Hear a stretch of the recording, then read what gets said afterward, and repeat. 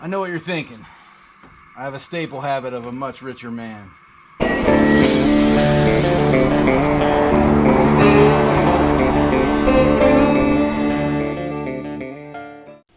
Welcome back to Foothills Firewood, guys. My name's Britt, and today we're gonna modify the Harbor Freight cargo unloader. Let's get it. All right, y'all, I just wanted to give a big shout out to Tom out of Lexington, North Carolina. He is a local firewood guy and fellow woodhound. He watched my video on the Harbor Freight cargo unloader and actually sent me a message saying that I should try this. Today, what we're gonna do is we're gonna try to modify the Harbor Freight cargo unloader. A couple things we're gonna use. This is all scrap stuff that I've got around here. I hate throwing stuff like this away because I can always use it for something. I think this is going to be a prime example.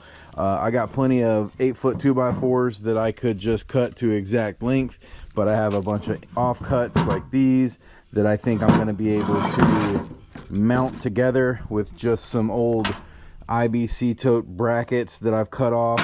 These are the ends of them.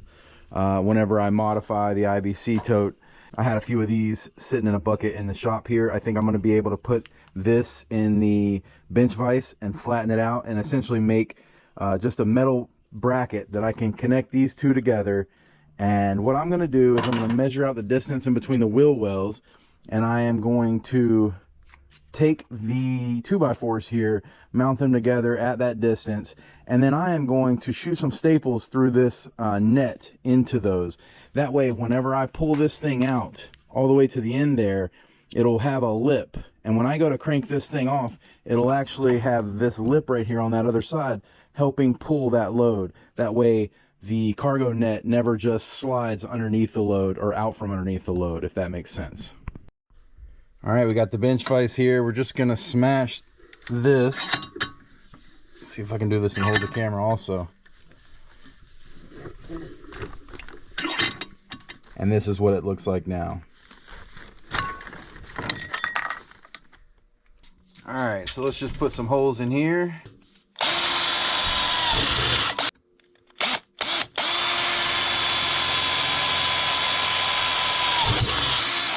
All right, y'all, so this is not an exact science here. I'm not even gonna grab the tape measure.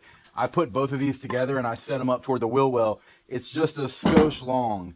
So what I'm gonna do, without even measuring it really, is I am going to put these side by side, and I'm just gonna take off. This one is a little longer, maybe by 2 inches or so.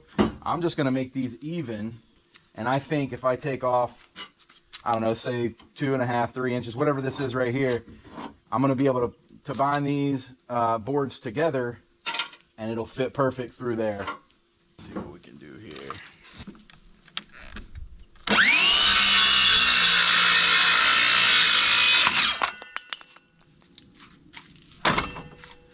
All right, so the goal here would be to get a flat surface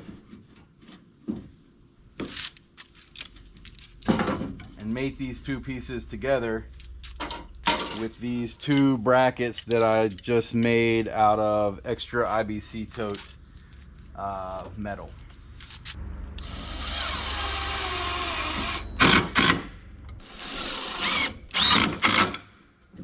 All right, so there's one. Now we're gonna mount this side.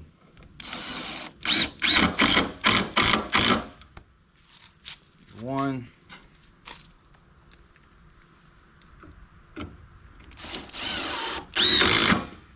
Two. All right, so now this is one piece. Let's get this unrolled and this wrapped. So we're going to take this and pull this out like it normally would go out. And we are going to wrap this piece right here.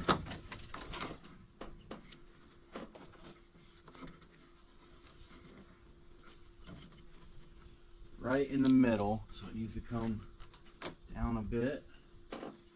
Right there. Now I'm going to turn it one whole turn.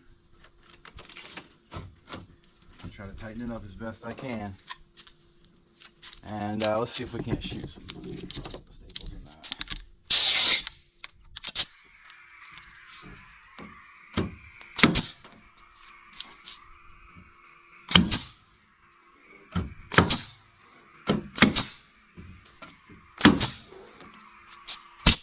Controller's got a leak. Can't imagine why. It's a high quality Harbor Freight unit.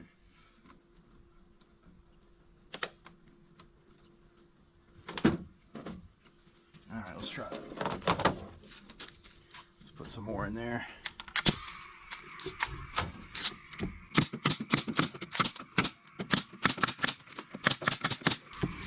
Alright, that side is done. Do this side.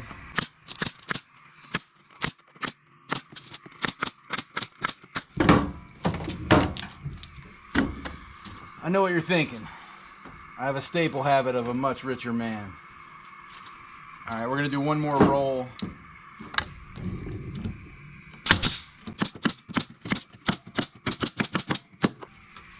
Here we are. Alright. I think you get the picture now of why I did not care what this thing looked like, because it's going to be covered up.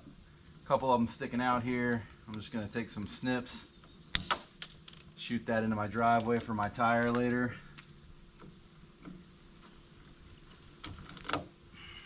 Excellent. Alright, so literally guys, all this is a 2x4 lip that helps me to grab it. I can grab it on one end or another and just pull it all the way out. It's kind of confusing. If you've ever used one of these, you know what I mean. When you go to pull this thing out, unless you have two people, only one person pulling it out, it kind of gets a little lopsided, but this is going to keep it straight. I'm going to end up grabbing this 2x4, pulling this 2x4 all the way over here, setting it down, and then it gives me just hopefully the lip that I need to catch the wood or the rock or the sand or whatever it is I'm pulling and help pull it off. That's all that is. It's literally just a buffer or a lip to help catch the material and drag it to the back of the bed. Let's go test this thing out.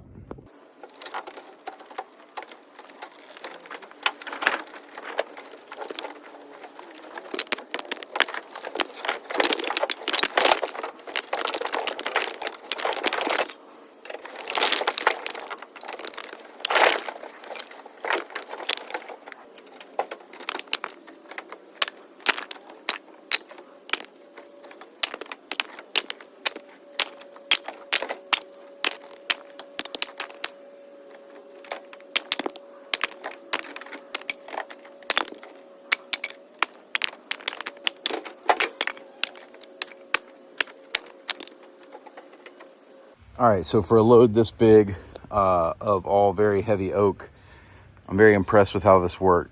However, these straps that come with it to keep it all cinched up when you're not using it will no longer work.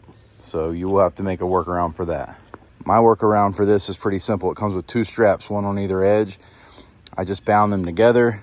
It's just Velcro, and used it as one large strap and put it all the way around in the middle. All right, y'all, I am very pleased with how that unloaded a very heavy load of oak. That was probably 75-80% white oak, and the other remaining 20% was red oak. So still a heavier load, one of the heaviest loads I'll be taking in this truck bed or with the cargo unloader. And it did great. You know, it really, it came off smooth. Again, guys, there's gonna be some pieces left. That's to be expected. You're literally putting, you know, 500 pieces of wood in the bed of a truck and hoping every single piece comes out. I did hop up there. I'm sure you'll be able to see that. I hopped up there and threw it off, but the ease in which it rolled up and fell off was excellent, especially for a load that heavy. So big shout out to Tom out of Lexington, the gentleman that gave me the idea to wrap the end of my cargo mat with that 2x4. Again, it literally acts almost as a rake, pulling everything from the back of the bed to the front of the bed. So if you guys have this cargo unloader or you use this cargo unloader, I highly recommend taking a 2x4, making sure it'll fit in between your wheel wells, and shooting some staples straight through the mat into it and allowing it to act as a rake to help unload gravel, sand, wood, or whatever it is you might be carrying. All right, y'all, so that's all we've got for today. I really hope that this modification, if you do use one of these Harbor Freight cargo unloaders or any type of cargo unloader like this, I do hope that this is helpful and that this modification will help you if you're able to do it. I really appreciate all the likes, comments, subscribes, and shares. And until next time, we're out here having fun. Thanks for watching. What up, Spidey?